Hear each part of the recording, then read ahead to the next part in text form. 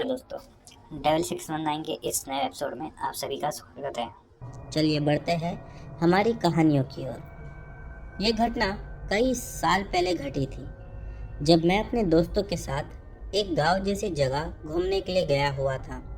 मेरा नाम संतोष है और मेरे दो दोस्तों का नाम प्रदीप और गणेश था।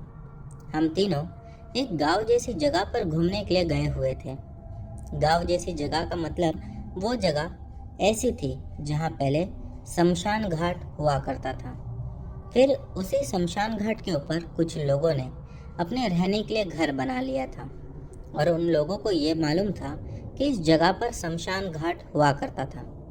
फिर भी वो लोग वहीं पर रहते थे। एक रात उन सभी लोगों की रहस्यमय तरीके से मौत हो गई थी। तब से लेके आज तक वो गांव जैसी जगह, या यूँ कहिए कि शमशान घाट को हमेशा के लिए बंद कर दिया गया और उस गांव जैसी जगह पर कोई नहीं जाता। ये सब बातें प्रदीप ने हमें कुछ दिन पहले ही बताई थी। तभी हमने सोच लिया था कि उस जगह पर जाकर ही रहेंगे। हालांकि प्रदीप ने हमें उस डरावनी जगह पर जाने के लिए पहले तो मना किया था, लेकिन हम दोनों की जिद के आगे प्रदीप मान गया और फिर हम तीनों उस डरावनी जगह के लिए निकल पड़े। वो जगह लगभग हमारे घर से कुछ 30 किलोमीटर की दूरी पर थी। हम अपनी अपनी सवारी लेकर निकल पड़े। हमें उस जगह पर पहुंचने में रात हो गई थी और उस जगह को देखकर एक अजीब सी मनहूसियत महसूस हो रही थी। उस जगह को देखकर थोड़ा डर भी लग रहा था। तभी प्रदीप ने कहा, चलो यार घर वापस चलते हैं। तो गणेश ने हंसते हुए कहा, क्या यार प्रदीप, तू इतना क्यों डर रहा है? हम हैं ना तेरे साथ। अभी हमें इस जगह पर आए थोड़ा ही तो समय हुआ था कि गणेश बोलता है, यार अचानक से पेट में दर्द हो रहा है, तुम लोग यहीं पर रुको, मैं टॉयलेट जाकर आता हूँ। प्रदीप बोलने लगा, क्या यार गणेश, तुझे भी इसी जगह पर टॉयलेट जाना है? अभी थोड़ा कंट्रोल कर ले, हम यहाँ से कुछ आगे चले जाएंगे, फिर चले जाना। रास्ते में कोई ढाबा वगैरह दिखेगा तो वहाँ पर तू कर लेना। वैसे भी इस जगह पर ज़्यादा देर तक रुकना ठीक नहीं है। लेकिन गणेश ने प्रदीप की नहीं सुनी और उसी जगह पर एक झोपड़ी जैसी टूटी फूटी कुछ बना हुआ था, उसके अंदर वो चला गया और हम अपनी सवारी के पास खड़े थे। गणेश का इंतज़ार करने लगे। गणेश को गए हुए 20 से 25 मिनट हो गए थे। तो मैंने प्रदीप को बोला, चल प्रदीप, चल के देखते हैं गणेश अंदर ठीक है या नहीं। फिर हम उस झोपड़ी के पास चले गए और बाहर से आवाज़ लगाने लगे, गणेश, ए गणेश, तू है ना अंदर? लेकिन गणेश ने कोई जवाब नहीं दिया। तभी मैंने वो झोपड़ी का दरवाज़ा खोला तो हमने देखा कि गणेश तो अंदर था ही नहीं, सिर्फ गणेश का एक सामान पड़ा हुआ था। हम दोनों हैरान हो गए कि आखिर गणेश गया तो गया कहाँ? कुछ देर पहले तो वो इसी झोपड़ी में आया था और अब अचानक से कहाँ चला गया? हमने गणेश को इधर उधर आवाज़ लगाई, लेकिन उसका कोई पता नहीं चला। तभी किसी के चलने की आवाज़ आई और वो चलने की आवाज़ उसी झोपड़ी के अंदर से आ रही थी। हम यही देख रहे थे कि झोपड़ी में तो कोई नहीं है, तो ये चलने की आवाज़ कैसे आ सकती है? और उसी समय पास में ही एक और छोटी सी कुछ झोपड़ी थी। मैं अचानक से उस पर जब देखा तो पाया कि उस पर आग लग गई थी और वो चलने की आवाज़ अब और भी ज़्यादा ज़ोर से आने लगी। ये सब देखकर मैं और प्रदीप काफ़ी ज़्यादा डर चुके थे। प्रदीप ने कहा, देखा, मैंने इसीलिए यहाँ आने से मना किया था, लेकिन तुम लोग मेरी बात ही नहीं मान रहे थे और अब गणेश का भी पता नहीं कि वो कहाँ चला गया। प्रदीप ने कहा, चल संतोष, यहाँ से चलते हैं, कल सुबह कर गणेश को ढूंढेंगे। लेकिन मैंने कहा, नहीं यार, गणेश को साथ में लेके ही जाएंगे। मैंने फिर कहा प्रदीप से, तुझे डर लग रहा है तो तू चले जा। फिर मैं हिम्मत करके गणेश को आवाज़ लगाते हुए और आगे जाने लगा और प्रदीप भी मेरे साथ गणेश को ढूंढने के लिए आ गया। अभी थोड़ी ही दूरी पर हम गए हुए थे कि तभी गणेश की आवाज़ आई। हम हर जगह देखने लगे, लेकिन गणेश हमें कहीं दिखाई नहीं दे रहा था और गणेश की आवाज़ मानो हर तरफ से आने लगी। ऐसा लग रहा था कि उसकी आवाज़ गूंज रही है। हम गणेश की आवाज़ सुन के हैरान हो रहे थे कि गणेश, आवाज़ तो हर तरफ से आ रही है लेकिन है कहाँ। तभी प्रदीप बोलने लगा, वो देख, वो रहा गणेश। और प्रदीप सीधा गणेश की तरफ भागने लगा। मैंने प्रदीप को आवाज़ लगाई और कहा, ओए प्रदीप, रुक जा, वहाँ पर कोई नहीं है।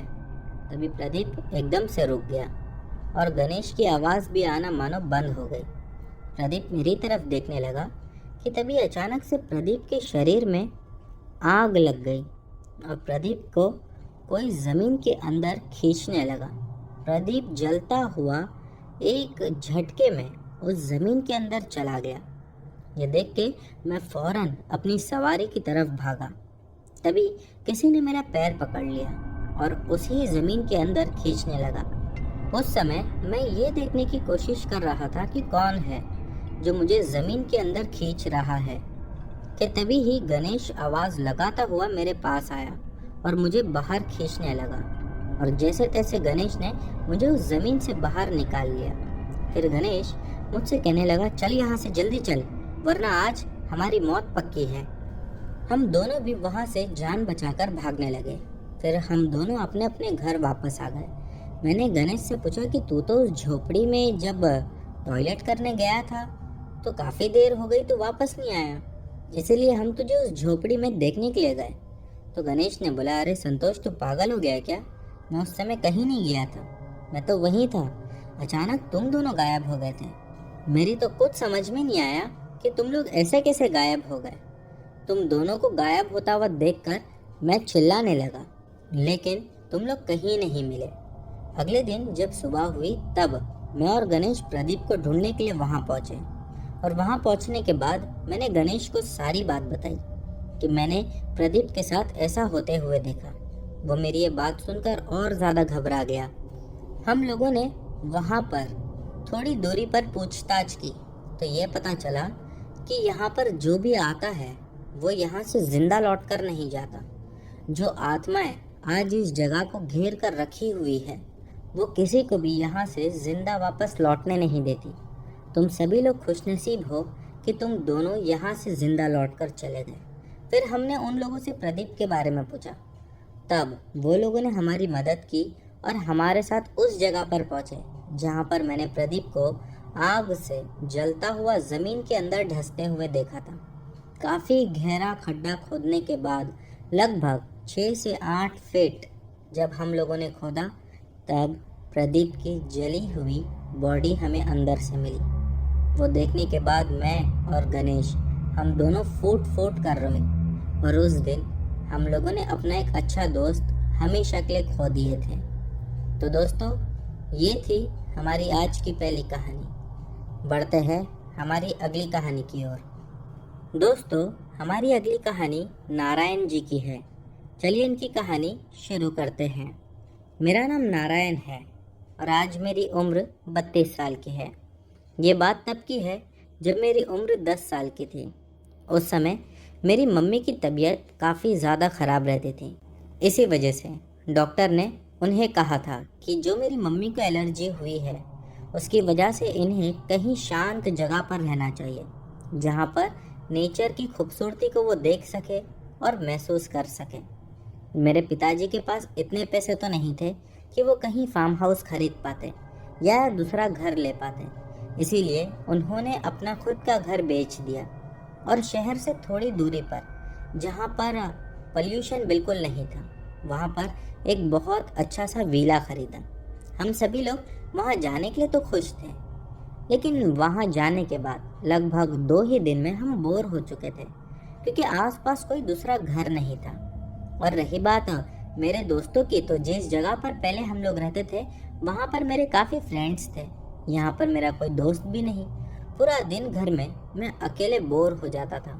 समझ नहीं आता था कि अकेले करूँ तो क्या करूँ। शुरू का 1 हफ्ता या 10 दिन मानो काफ़ी अच्छा बीता मेरी मम्मी का, लेकिन उसके बाद से मम्मी मेरे पापा को बोलने लगी कि यहाँ आने के बाद मुझे कुछ अजीब सा महसूस होता है, जैसा हर समय कोई मेरे साथ है या कोई मुझ पर नज़र रखा हुआ है। क्या पता वो मुझे कोई नुकसान पहुंचाना चाहता है या मेरे साथ कुछ करना चाहता है। मेरे पापा ने जब मम्मी की ये बात सुनी तो वो हंसते हुए कहने लगे कि पहले हम बहुत सारे लोगों के बीच में रहते थे, अब एकदम से अलग होकर रह रहे हैं, इसीलिए तुम्हें ये सब महसूस हो रहा है। लेकिन डरने की कोई बात नहीं, ऐसा कुछ नहीं है। पता नहीं क्यों उस समय मेरी मम्मी ये बातों को मान ही नहीं रही थी। मम्मी को बस एक ही बात का डर था, वो ये था कि जब मैं स्कूल चले जाता हूँ और पापा ऑफिस चले जाते हैं, जब वो घर में अकेले रहते हैं तो उन्हें यही डर था कि कोई मुझ पर हमला ना कर दे, क्योंकि आसपास कोई घर नहीं था। पापा ने मम्मी को कई बार समझाया कि जब तेरी तबीयत बिल्कुल ठीक हो जाएगी तो हम लोग इस घर को बेचकर फिर से उसी जगह पर चले जाएंगे। लेकिन मेरी मम्मी काफ़ी ज़्यादा डरी हुई रहती थी। मुझे अच्छे से याद है कि एक शाम लगभग 5:30 बजे के आसपास जब मैं अपने घर पहुंचा स्कूल से, तो मैंने देखा कि मम्मी डाइनिंग टेबल पर बैठकर बहुत रो रही थी और उनका शरीर एकदम से लाल हुआ पड़ा था, जैसा मानो स्किन की एलर्जी हो गई हो। मैंने मेरी मम्मी से पूछा, क्या हुआ आपको, आप ऐसे क्यों बैठे हो? मम्मी ऐसा लग रहा था कि अपनी सूझबूझ खो चुकी है। उन्हें बात करने में भी कुछ समझ नहीं आ रहा था। फिर मेरे कई बार पूछने पर उन्होंने बताया कि बेटा, अब मुझे ऐसा लगता है कि मैं और ज़्यादा दिन जिंदा नहीं रहूँगी। इतना सुनना था कि मैं भी रोने लगा। मुझे भी बहुत बुरा लगा। मैंने मम्मी से कहा कि आप क्या चाहती हो? मम्मी कहने लगी कि हम फिर से इस घर को बेचकर हमारे दूसरे घर पर चले जाते हैं, क्योंकि यहाँ पर मुझे अजीब सी घुटन होती है। हर बार ऐसा लगता है कि मेरे साथ कुछ बुरा होने वाला है। मैं मम्मी को समझाने लगा, लेकिन क्या करता, मेरी एज भी छोटी थी और मुझे तो बराबर से समझाने भी नहीं आ रहा था। मैं इंतज़ार करने लगा कि पापा जब ऑफिस जाएंगे तो आज मैं भी पापा से ज़िद करूँगा। 7:30-8 बजे के आसपास मेरे पापा ऑफिस से आए। मैं मेरे पापा को ज़िद करने लगा कि पापा हम यहाँ से निकल जाते हैं, मम्मी अकेले हो जाती है, आसपास कोई नहीं है। अगर ऐसे में मम्मी की तबीयत ख़राब हो गई तो इन्हें तो कोई हॉस्पिटल ले जाने वाला भी नहीं है। मेरे पापा ने सारी बात सुनी, फिर कहने लगे कि ठीक है, अब हम जल्दी ही इस घर को छोड़ देंगे। पता नहीं पापा सच में उस घर को बेचने के लिए किसी से बात कर रहे थे या नहीं, ये तो पापा ही जानते हैं। लेकिन ऐसे ही करते करते 10-15 दिन बीत चुके। एक दिन पापा एकदम थके हुए ऑफिस से घर आए, तो मैंने पापा से पूछा कि पापा अब कभी हमें यहाँ से जाना है? पापा कहने लगे कि अब शायद हम यहाँ से नहीं निकल पाएंगे। मैंने कहा क्यों, क्या बात हुई? तब पापा ने बताया कि इस घर के पीछे एक बहुत रहस्यमयी घटना है। मैंने कहा क्या है वो? तब उन्होंने कहा कि ये सारी बातें तुझे बताने लायक नहीं है, जा अंदर जाकर सो जा। फिर वो मम्मी से कुछ बात करने लगे। उस दिन के बाद से मैं दोनों को, मेरी मम्मी को और पापा को, बहुत ज़्यादा टेंशन में देखता था। लगभग 1 हफ्ता या 10 दिन बीते होंगे कि एक रात में मेरी आँख खुली 1 बजे के आसपास। तो मैंने देखा कि मेरी मम्मी हॉल में लेटी हुई थी, ना ही बेड पर ना ही सोफे पर, बल्कि ज़मीन पर, और मेरे पापा उनके पैर को पकड़ के पैर दबा रहे थे। मैं ये देखकर समझ नहीं पाया कि ये क्या हो रहा है। मैं पापा से आकर पूछा कि क्या हुआ है मम्मी को। पापा की आंखों में सिर्फ आंसू थे। मम्मी को देखकर तो मैं बहुत ज़्यादा डरा हुआ था, लेकिन ये नहीं समझ पा रहा था कि मम्मी जिंदा है या मर चुके हैं। तभी पापा को मैंने कहा कि पापा मम्मी ठीक तो है ना? वो कहने लगे कि हाँ ठीक है। इसके बाद में लगभग सुबह तक मेरे पापा वैसे ही बैठे रहे और मैं तो जाकर सो गया था, क्योंकि पापा ने मुझसे कहा कि तू जाकर सो जा, बाहर मत रहो। जब सुबह हुई तो पता चला कि घर में एक बाबा आए हुए थे हमारे। वो घर में घुसते साथ एक ही बात कहने लगे कि ये घर बहुत ज़्यादा मनहूस है, यहाँ पर आत्मा नहीं बल्कि आत्माएं रहती हैं।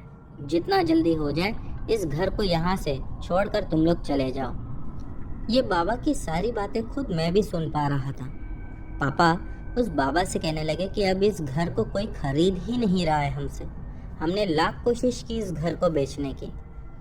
तब बाबा ने कुछ वहाँ पर धागे वगैरह बांधे और पता नहीं क्या तंत्र मंत्र पढ़ा। कहने लगे कि इस घर पर मैंने बंदिश कर दी है, अब घर के अंदर सभी लोग सुरक्षित रहेंगे। लेकिन बाबा शायद खुद भी नहीं जानते थे कि वो आत्माएं कितनी ज़्यादा शक्तिशाली हैं। जब उसी रात में हम सोए तब मैंने किचन में से बर्तनों के टूटने की और गिरने की आवाज़ें सुनी। यही नहीं, जब मैं बाहर हॉल में आया तब मैंने देखा कि घर की दीवारों के अंदर बड़े बड़े कीले ठुके हुए थे और जिस दीवार में वो कीले ठुके हुए थे उस दीवार में से खून गिर रहा था। इसके बाद जब मैंने सीलिंग पर अपनी नज़रें दौड़ाई तो मेरी सीलिंग यानी कि घर की छत जो कि सफ़ेद रंग की थी वो बिल्कुल काली हो चुकी थी। ऐसा लग रहा था कि किसी ने जानबूझकर ये सब किया है। इसके अलावा सबसे अजीब बात और चौंका देने वाली बात ये थी कि मेरे पापा घर में नहीं थे। मुझे तो समझ नहीं आया कि पापा कहाँ चले गए। मैंने जब अपनी मम्मी को देखा तो मम्मी मानो बेहोश पड़े हुए थे अपने बेड पर, लेकिन पापा कहीं दिखाई नहीं दे रहे थे। मैं घर में चिल्लाने लगा, पापा आप कहाँ हो? पापा का कोई अता पता नहीं था।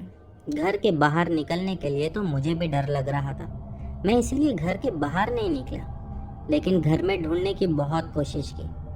कुछ ही समय में मुझे पापा दिखाई दिए जो कि घर के बाहर खड़े हुए थे और मुझे हाथ से इशारा करते हुए बाहर आने के लिए कह रहे थे। मैं ये देखकर दौड़कर पापा के पास जाना चाहता था, लेकिन पता नहीं क्यों कहीं ना कहीं मेरा मन इन सब चीज़ों को मना कर रहा था। मैं वो रात कैसे निकाला हूँ ये मैं जानता हूँ।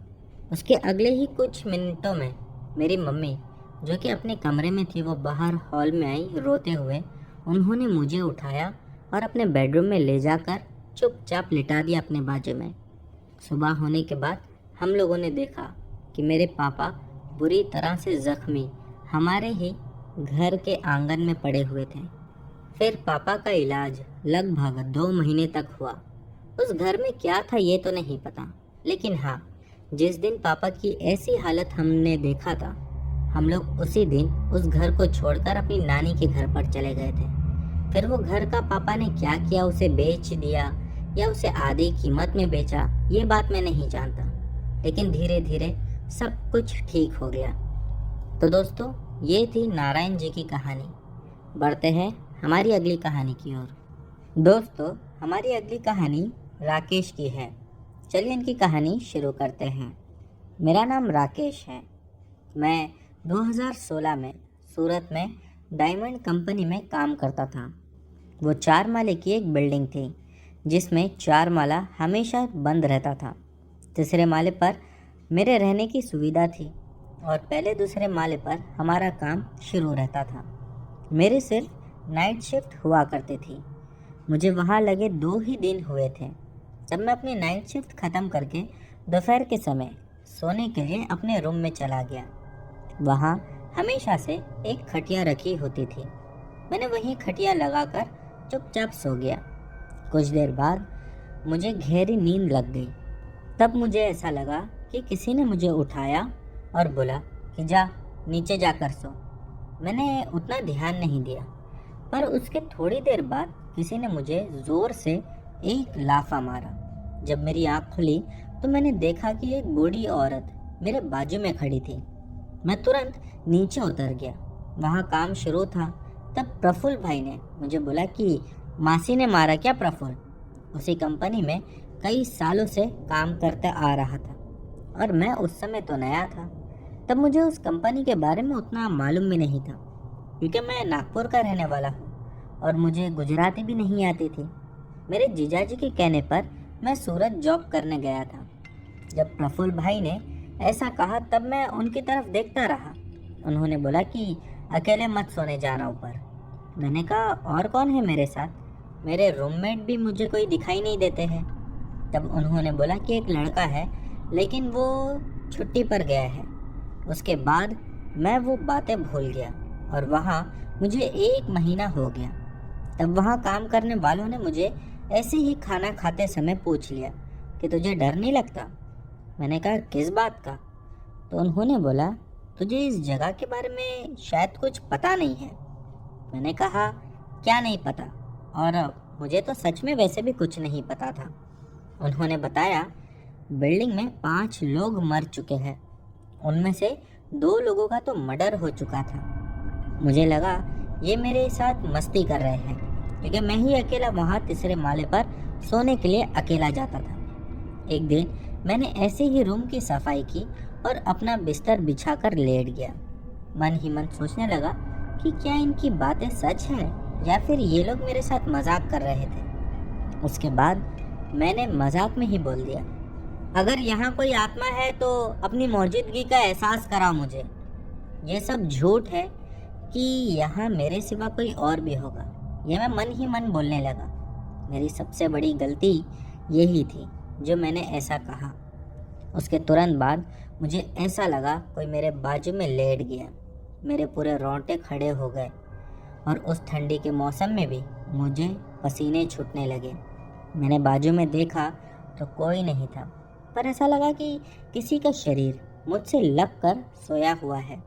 मैं उठ भी नहीं पा रहा था। तभी मुझे नीचे से किसी ने आवाज़ दी तो मैं उठ गया। देखा तो प्रफुल्ल भाई मुझे खाना खाने के लिए बुला रहे थे। उन्होंने मुझे देखा तो समझ गए कि कुछ तो गड़बड़ है। उनके पूछने के बाद मैंने कुछ नहीं हुआ बोलकर बात को वहीं ख़त्म कर दिया। उस दिन के बाद से मेरी नींद मानो एकदम से हराम हो गई थी। जब भी मैं सोता तो मुझे एक ही सपना आता था, जिसमें मुझे एक बहुत सुंदर लड़की दिखाई देती और मेरे दोस्त मेरे साथ होते थे, जो मुझसे कहते थे कि कितनी सुंदर लड़की है, इसे अपना दोस्त बना कर दिखा। और मैं उस लड़की को अपना दोस्त बनाने चला गया और उससे पूछा कि क्या आप मेरी दोस्त बनोगी? तो वो मुझसे कहने लगी, सोच लो, अगर दोस्त बनोगे तो कभी भी साथ नहीं छोड़ना। और मैं उसे हाँ बोलकर अपने दोस्तों को दिखाने के लिए उसका हाथ पकड़ लिया। लेकिन उसके तुरंत बाद मेरे दोस्त इधर उधर भागने लगे। मैं जब उनसे ये पूछने के लिए उनके पीछे भागा कि क्या हुआ, तो वो मुझे पीछे देखने के लिए कहने लगे। जब मैं पीछे मुड़कर देखा तो वही खूबसूरत लड़की एक भयानक चुड़ैल का रूप ले चुकी थी, जिसका एक पैर कटा हुआ था। मुंह से बहुत सारा खून गिर रहा था। उसकी एक आंख उसके चेहरे से बाहर निकलकर लटक रही थी। ये देखने के बाद तो मानो मैं एकदम से जम सा गया था। लेकिन तभी ही वो लड़की भयानक सी आवाज़ में बोलने लगी, मैंने तुझे पहले ही बोला था, मेरा साथ कभी नहीं छोड़ना। अब तू भी मेरे साथ ही रहेगा। मैं तुझे अपने साथ लेकर ही जाऊंगी। ये एक ही सपना मुझे रोज़ाना दिखने लगा और मैं नींद से अचानक उठ जाता था। एक दिन मैं ऐसे ही नींद से उठा और फ्रेश होकर नीचे गया। तब प्रफुल्ल भाई ने मुझे देखा और बोला कि राकेश, तेरी तबीयत तो ठीक है ना? मैंने कहा, हाँ ठीक है, क्यों? उन्होंने बोला कि तू एकदम सफ़ेद होता जा रहा है, जैसे तुझ में खून की कमी पड़ गई हो। मैंने तब तक नोटिस ही नहीं किया था। उन्होंने बोला, तू हॉस्पिटल जाकर दिखा दे एक बार, शायद तुझे पीलिया हो गया है। मैं उसके दूसरे दिन अपना काम ख़त्म करके हॉस्पिटल गया तो डॉक्टर ने कहा कि तुम्हें पीलिया तो नहीं हुआ, लेकिन खून की कमी है, एक बार ब्लड रिपोर्ट निकलवा लो। मैंने जब ब्लड रिपोर्ट निकलवाई तो उसमें मेरा ब्लड सिर्फ 8 पॉइंट ही था। नॉर्मली 10 से 12 पॉइंट होता है। मैंने उतना ध्यान नहीं दिया। डॉक्टर ने मुझे हेमोग्लोबिन की टैबलेट दी और 3 दिन बाद रिपोर्ट फिर से निकलवाने के लिए बोला। जब मैंने 3 दिन के बाद रिपोर्ट निकाली तब उसमें अब 1 पॉइंट और कम हो चुका था, यानी कि मेरे शरीर में सिर्फ 7 पॉइंट खून दिखा रहा था। डॉक्टर ने बोला कि अब तुम्हें एडमिट होना पड़ेगा। उसके बाद मैंने अपनी दीदी और जीजाजी को ये बात बताई तो उन्होंने मुझे हॉस्पिटल में एडमिट करवा दिया।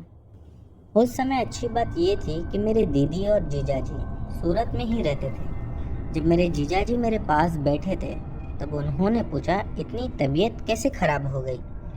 तब मैंने उन्हें बोला कि मुझे नहीं मालूम, दिन ब दिन मेरी तबीयत ख़राब होते जा रही थी।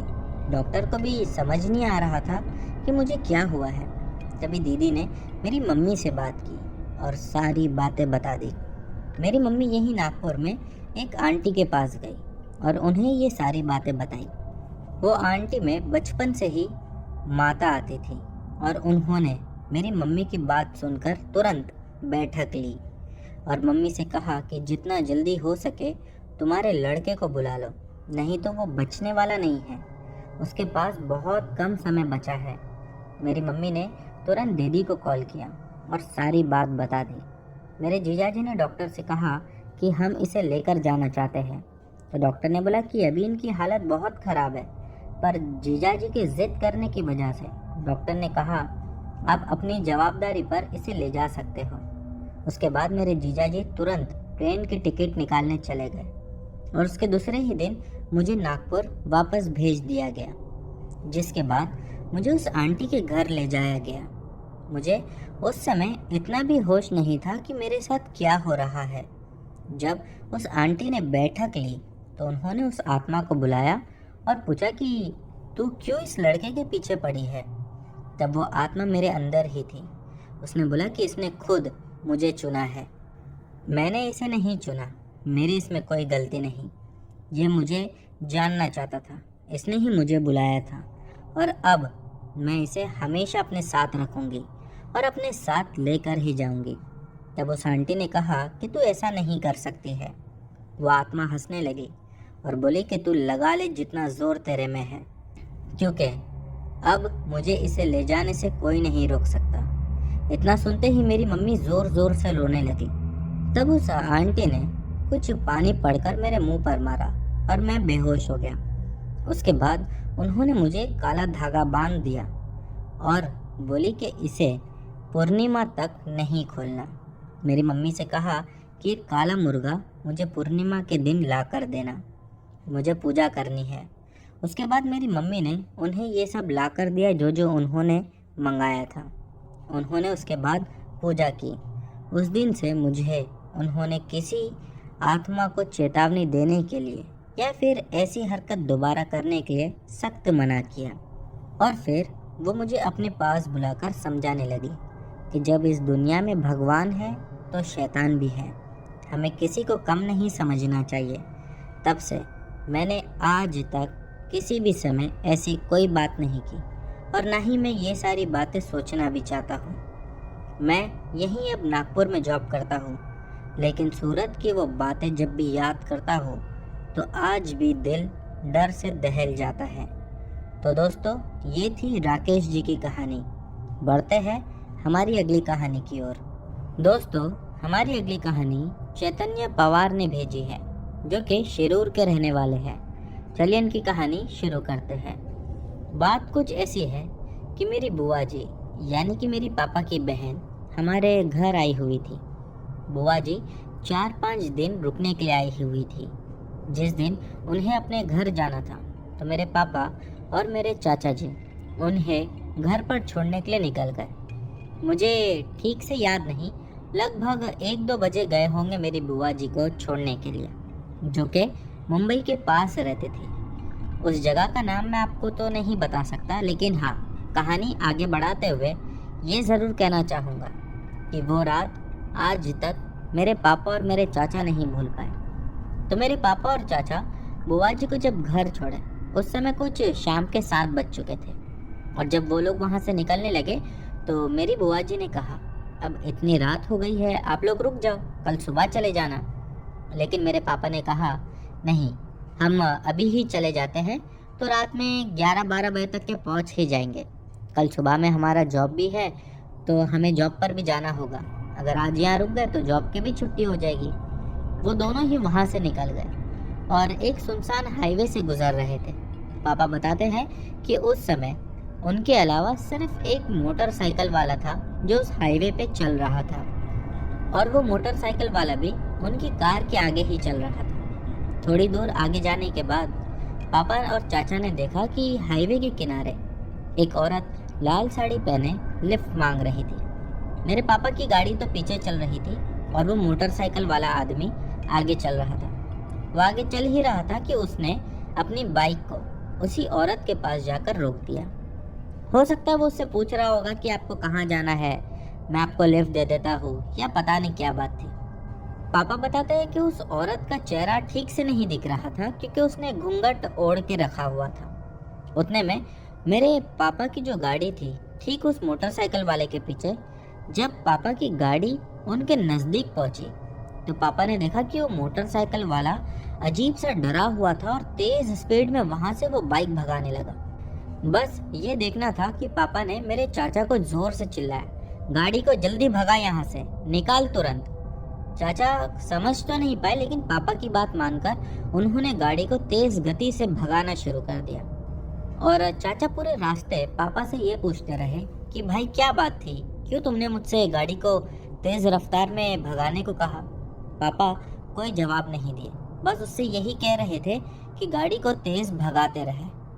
फिर जब वो हाईवे ख़त्म हुआ तो उन लोगों को एक चाय की दुकान दिखी जो कि छोटी सी थी, और वो बाइक वाला भी उन्हें वहीं पर दिखा, जिसकी शक्ल पर डर बिल्कुल साफ दिख रहा था और बुरी तरह हाफ रहा था।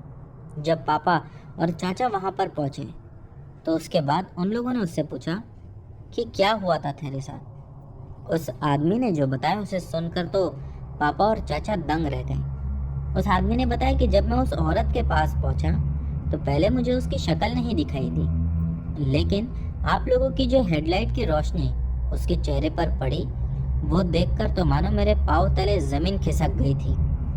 फिर उसने बताया कि उसका चेहरा काफ़ी ज़्यादा भयानक था और बालों की जगह सर में कील ठुकी हुई थी। और जब मैंने उसे गौर से देखा आपकी गाड़ी के हेडलाइट की रोशनी पड़ने की वजह से, तो पाया कि जब वो मुझे देखकर मुस्कुरा रही थी तब उसके नोकीले दांत उसके होठों के ऊपर चढ़े हुए थे। बस इतना देखना था कि मैं वहाँ से डर के मारे भागा। वैसे तो मैं भूत प्रेत पर भरोसा नहीं करता, लेकिन जब आज मैंने ये देखा तो मेरी जान ही निकल गई थी। तभी मेरे पापा ने कहा, जब मेरे चाचा ने गाड़ी भगाई तो पापा ने देखा कि वो औरत गाड़ी के पीछे हमारे भाग रही थी। इसीलिए चाचा को वो लगातार बोलते रहे कि गाड़ी को तेज़ गति से भगा। उस समय रात के कुछ 12:30 बज रहे थे। सभी लोगों ने वहाँ पर चाय वगैरह पिया और उसके बाद पापा और चाचा अपने घर के लिए निकल पड़े। तो दोस्तों, ये थी चैतन्य पवार जी की एक सच्ची घटना। बढ़ते हैं हमारी अगली कहानी की ओर। दोस्तों, हमारी अगली कहानी श्रेयास की है। इन्होंने पहले भी हमारे चैनल के साथ एक कहानी शेयर कर रखी है। चलिए इनकी कहानी शुरू करते हैं। मेरा नाम श्रेयास है। मैं आज जो कहानी बताने जा रहा हूँ, ये कहानी मेरी मामी जी के साथ घटी थी। ये बात खुद मेरी मामी जी ने मुझे बताई थी। तब यहाँ से कहानी मैं आप लोगों को मेरी मामी जी के पॉइंट ऑफ व्यू से बताता हूँ। ये कहानी मेरी शादी से पहले मेरे साथ घटी थी। मैं और मेरी दोस्त एक हॉस्पिटल के करीब से गुजर रहे थे। वो हॉस्पिटल तब तक खंडर बन चुका था। वो बहुत पुराना हॉस्पिटल था। गांव के लोग कहते थे कि वहाँ से 7 बजे के बाद कोई नहीं गुजरना चाहिए। मेरी कंपनी उससे कुछ ही दूरी पर थी और जब मैं वहाँ से छुट्टी थी तो हमें घर आते आते शाम के 7:30 बज चुके होते थे। जब हम उस हॉस्पिटल के पास से गुजर रहे थे तभी मुझे कुछ आहट सुनाई दी। मैं पीछे मुड़ी तो कोई नहीं था। फिर मेरी दोस्त बोली कि पीछे मत देख, सीधे सीधे चलते रहे। मुझे समझ नहीं आया कि वो ऐसे क्यों बोल रही है। मुझे उस जगह के बारे में कुछ भी पता नहीं था, लेकिन फिर भी मैं उस बात को टालते हुए बार बार पीछे देख रही थी। कुछ सेकंड के बाद वो आत्मा या फिर वो शक्ति मेरे शरीर में घुस गई। मेरी दोस्त बताती है कि तू एकदम से चलते चलते रुक गई थी और नीचे देखकर गुर्राने लगी। मेरी दोस्त को तभी पता चल गया कि मेरे साथ क्या हुआ है। मेरी दोस्त ने मुझे बहुत बार हिलाया, लेकिन मैं उसे धक्का दे रही थी, मानो जैसा कि मैं वहाँ से हिलना ही नहीं चाहती थी। बाद में उसने मेरे कान के नीचे बहुत ज़ोर से मारा। मैं हड़बड़ाते हुए उसे देखकर बोली, मुझे इतनी ज़ोर से क्यों मारा?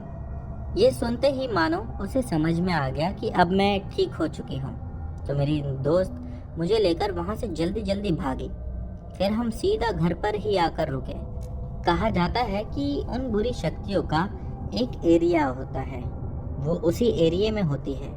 अगर उस एरिया के अंदर कोई चला जाता है तो वो उस व्यक्ति को अपने बस में कर लेती है, और अगर उस एरिया से बाहर निकल जाए तो कई बार वो बुरी शक्तियाँ अपने आप उसका शरीर छोड़ देती है, और अगर वहाँ से बच निकले तो वो उतनी ही एरिया तक पीछा करती है जहाँ तक उनकी हद होती है। कहा तो ऐसा भी जाता है कि अगर बुरी शक्ति किसी के शरीर में प्रवेश कर ले तो उसे ज़ोर से चाटा मारना चाहिए। वैसे मुझे तो नहीं पता कि सच में ऐसा होता भी है या नहीं, लेकिन उसके बाद मैंने और मेरी दोस्त ने वो नौकरी ही छोड़ दी, और मैंने मेरी दोस्त का शुक्रिया अदा किया कि अगर आज वो नहीं होती तो शायद मैं भी नहीं होती। तो दोस्तों, ये थी श्रेयास के मामी जी के साथ घटी एक आपबीती। बढ़ते हैं हमारी अगली कहानी की ओर। दोस्तों, हमारी अगली कहानी रवि जी ने भेजी है। चलिए इनकी कहानी शुरू करते हैं।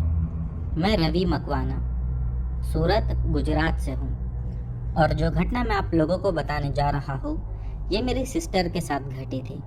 बात है 13 जुलाई की। उस समय मेरी जो सिस्टर है, जिसका नाम है सीमा मकवाना, वो डिलीवरी के लिए एक हॉस्पिटल में गई हुई थी।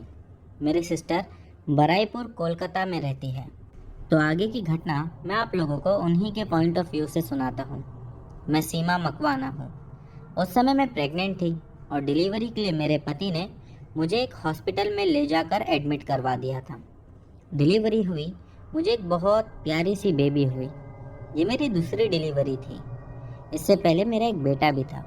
जिस हॉस्पिटल में मेरी डिलीवरी हुई थी, उस हॉस्पिटल में जहाँ पर मेरा बेड रखा हुआ था, उसी के बाजू में मेरी बेबी का झूला भी था, और मेरी बेबी झूले में सोया करती थी। उस झूले के पीछे से मैंने देखा कि कोई लड़का रात में खड़ा होकर मुझे देख रहा है। हॉस्पिटल्स के ये रूल्स थे कि जहाँ पर मुझे रखा गया था वहाँ रात में किसी और को रुकना अलाउ नहीं था। हालांकि मेरी मम्मी भी उसी हॉस्पिटल में थी, लेकिन वो दूसरे कमरे में थी। दूसरी रात भी वैसे ही हुआ कि मैंने उस बच्चे का सर देखा जो कि मेरी बेबी के झूले के पीछे था, और उसके बाल खड़े थे। मैं काफ़ी ज़्यादा डर गई थी। ये बात मैंने हॉस्पिटल में एक कंपाउंडर को भी बताई, लेकिन मानो जैसा उसको कोई फ़र्क ही नहीं पड़ा हो। मैं 5 दिन तक वहीं रही। वो बच्चे का दिखना, कभी काले साए का दिखना, अजीब सी चीज़ें मेरे साथ होने लगे, और वैसे ही 5 दिनों तक चलता रहा जब तक मैं उस हॉस्पिटल में थी। फिर मैं घर आ गई और मैंने मम्मी को सारी बात बताई। हमें तो समझ नहीं आया कि वो क्या था, लेकिन एक बात अच्छी ये थी कि किसी को कोई नुकसान नहीं पहुंचा। तो दोस्तों, ये थी सीमा मकवाना जी की कहानी। बढ़ते हैं हमारी अगली कहानी की ओर। दोस्तों, हमारी अगली कहानी पिंटू की है। इन्होंने पहले भी हमारे चैनल के साथ एक कहानी शेयर कर रखी है। मेरा नाम पिंटू है, और आज जो कहानी मैं आप लोगों को बताने जा रहा हूँ ये हमारे गांव की बिल्कुल एक सच्ची घटना है, और ये घटना इसी साल मई के महीने में घटी थी। साथ में आप लोगों को बता दूँ कि हरिशंकर एक मंदिर है जहाँ पर भगवान हरि और शंकर की पूजा साथ में की जाती है, और इसके बारे में आप लोग गूगल पर सर्च कर कर देख लो, या फिर यूट्यूब पर आप लोगों को पता चल जाएगा। अब कहानी पे आता हूँ। हुआ कुछ ऐसा कि हरि वहाँ साल में एक बार मई के 4 दिन एक मेला लगता है। बहुत दूर दूर से इस मेले को देखने के लिए लोग आते हैं। और एक बात और बता दूँ कि हरिशंकर से नरसिंहनाथ करीब 15 किलोमीटर की दूरी पर पड़ता है, और जब ये मेला लगता है तो हमारे यहाँ पहाड़ों पर भी लोग अपनी अपनी दुकान लगा लेते हैं, लेकिन वो सिर्फ 4 दिनों के लिए होती है। और उसके पीछे सबसे अजीब बात ये होती है कि ऊपर सामान बहुत महंगा मिलता है। जैसा कि 10 रुपये की बिस्किट का पैसा वो लोग 25 रुपया लेते हैं, और एक गिलास शरबत पानी वाला 20 रुपया। और इसीलिए जब ये मेला लगा तब हमारे ही गांव के 2 लड़के ऊपर अपना सामान बेचने के लिए चले गए। 2 दिन तो सब कुछ ठीक रहा, लेकिन तीसरे दिन जब रात हुई और वो लोग वहीं अपना बिस्तर लगाकर सो रहे थे, तब रात के कुछ 2 बजे पेड़ पर से एक अजीब सी आवाज़ आने लगी। दोनों लड़कों में से जिसका नाम मुकेश था, उसने कहा कि भाई रवि, तुझे कोई आवाज़ सुनाई दे रही है क्या? जिस पर रवि ने कहा कि नहीं, मुझे तो कोई भी आवाज़ सुनाई नहीं दे रही। दोबारा मुकेश को फिर से आवाज़ सुनाई दी। इस बार उसने रवि से कहा कि भाई ज़रा ध्यान से सुन, आवाज़ आ रही है। और वैसे ही हुआ। जब रवि ने ध्यान से सुना तो उसे भी एक भयानक डरावनी आवाज़ सुनाई दी। दोनों में से जो मुकेश था उसने कहा कि तू दुकान के पास रह, मैं देख कर आता हूँ कि ये आवाज़ कहाँ से आ रही है। तो रवि ने कहा कि भाई थोड़ा संभाल के जाना। मुकेश ने जो देखा वो देखने के बाद उसके रोंगटे खड़े हो गए। उसने देखा कि पेड़ के ऊपर एक औरत, जिसका मुंह पूरी तरह से सफ़ेद था और दोनों आंखें लाल चमक रही थी। बस इतना ही देखना था कि मुकेश वहाँ से भागते हुए आया। रवि से कहने लगा कि भाई जान बचाना है तो अभी के अभी यहाँ से भाग। इतना ही हुआ तो रवि भी उसके साथ भागने लगा। उस औरत ने उनका पीछा हवा में उड़ते हुए किया। दोनों की मानो जैसा जान ही निकल गई थी। ये दोनों जैसे तैसे पहाड़ में से अपने घर तक नीचे उतर कर आ गए और दोनों ने अपनी जान बचा ली। लेकिन उन दोनों में से जो मुकेश था उसकी हालत तो काफ़ी दिनों तक ख़राब रही। लगभग 1 महीने तक उसे बुखार रहा। फिर धीरे धीरे वह अच्छा हुआ। बाद में लोगों को पूछा तो ये पता चला कि एक औरत इसी पेड़ पर फांसी लगाकर मर गई थी। और इसी वजह से आज भी कई सारे ऐसे लोग हैं जिनको उसकी आत्मा अक्सर दिखाई देती है। तो दोस्तों, ये थी पिंटू जी की कहानी। बढ़ते हैं अगली कहानी की ओर। दोस्तों, जो हमारी अगली कहानी है वो हमें अरबाज ने भेजी है। चलिए इनकी कहानी शुरू करते हैं। मेरा नाम अरबाज है और मैं बिहार के सीतामढ़ी का रहने वाला हूँ। ये जो कहानी आज मैं आप लोगों को बताने जा रहा हूँ, ये मेरे साथ घटी एक सच्ची घटना है। बात है 2011 की। उस समय हमारे गांव के बाजू वाले गांव में एक प्रोग्राम था। हम 4 दोस्त वहां पर गए हुए थे और हम चारों ही साइकिल से गए हुए थे। जब वहां से लौटने लगे तब रात काफ़ी ज़्यादा हो चुकी थी। लगभग 12 बज चुका था। 2 साइकिल थी। एक साइकिल पर मैं और मेरा दोस्त था, दूसरी साइकिल पर मेरा एक भाई है, वो और उसका दोस्त बैठा हुआ था। जब हम वापस आने लगे तो बीच रास्ते में एक शमशान घाट पड़ता था। मेरे भाई ने कहा कि जब शमशान घाट के पास से गुजरेंगे तो साइकिल को थोड़ा तेज़ भगाना और वहाँ पर कोई भी आवाज़ नहीं करना। हम उसकी बात मान लिए और हाँ कहकर वहाँ से धीरे धीरे आगे बढ़ने लगे। जैसे ही शमशान घाट नज़दीक आया तब हम दोनों ने ही अपनी साइकिल की स्पीड बढ़ा ली। मेरा जो भाई था वो अपने दोस्त के साथ आगे तेज़ गति से बढ़ता जा रहा था और ठीक उसी के पीछे मैं था। तभी पता नहीं अचानक से क्या हुआ कि मेरी साइकिल स्लो होने लगी और एकदम से मानो रुक गई। ऐसा लगने लगा कि कोई पीछे से पकड़कर उसे खींच रहा है। मैंने मेरे दोस्त से कहा, यार ये साइकिल अचानक से इतनी धीमी क्यों हो गई है? हम दोनों उतरे और साइकिल को चेक करने लगे। मुझे लगा कि शायद हो सकता है टायर पंचर हो गया होगा, लेकिन साइकिल बिल्कुल बराबर थी। मेरा दोस्त मुझसे कहने लगा कि यार मुझे टॉयलेट आई है, मैं वहाँ जाकर टॉयलेट कर लेता हूँ। मैंने कहा ठीक है। वो वहाँ उतरा और कुछ आगे चला गया। उसके बाद मैं उसे पीछे से आवाज़ लगाया धीमे से, लेकिन उसने मेरी आवाज़ नहीं सुना। मैंने दोबारा आवाज़ लगाया, तब उसने मुझे इशारा करते हुए कहा कि शमशान घाट की ओर देख। जब मैंने शमशान घाट की ओर देखा तो पाया कि वहाँ 3 काली परछाइयाँ मंडरा रही थी और फिर अचानक से वो हमारे सामने आ गई। मेरा दोस्त अब भी मुझसे कुछ दूरी पर था। ये देखने के बाद तो मैं डर से वहाँ से भागने लगा। मेरे दोस्त को भी आवाज़ लगाता रहा, लेकिन वो मेरी आवाज़ पता नहीं सुन रहा था या नहीं सुन रहा था। हो सकता है कि डर की वजह से वो वहाँ से हिल भी नहीं पा रहा था। मैं भागते हुए वहाँ से अपने भाई की ओर आगे बढ़ने लगा। मेरे भाई लोग भी जो कि आगे निकल चुके थे, जब उन लोगों ने देखा कि हम उनके पीछे नहीं हैं तो वो लोग अपनी साइकिल घुमाकर हमें ढूंढने आ रहे थे। रास्ते में मैंने उन लोगों को बताया कि ऐसा ऐसा हुआ और हम सभी लोग अपने दोस्त को ढूंढने के लिए उसी जगह पर आए जहाँ पर वो टॉयलेट कर रहा था, लेकिन वहाँ पर मेरा दोस्त था ही नहीं। उसके बाद हम लोगों ने उसे बहुत ढूंढा लेकिन वो कहीं नहीं मिला। वो दिन है और आज का दिन, वो कहाँ गायब हो गया हमें कुछ नहीं पता चला।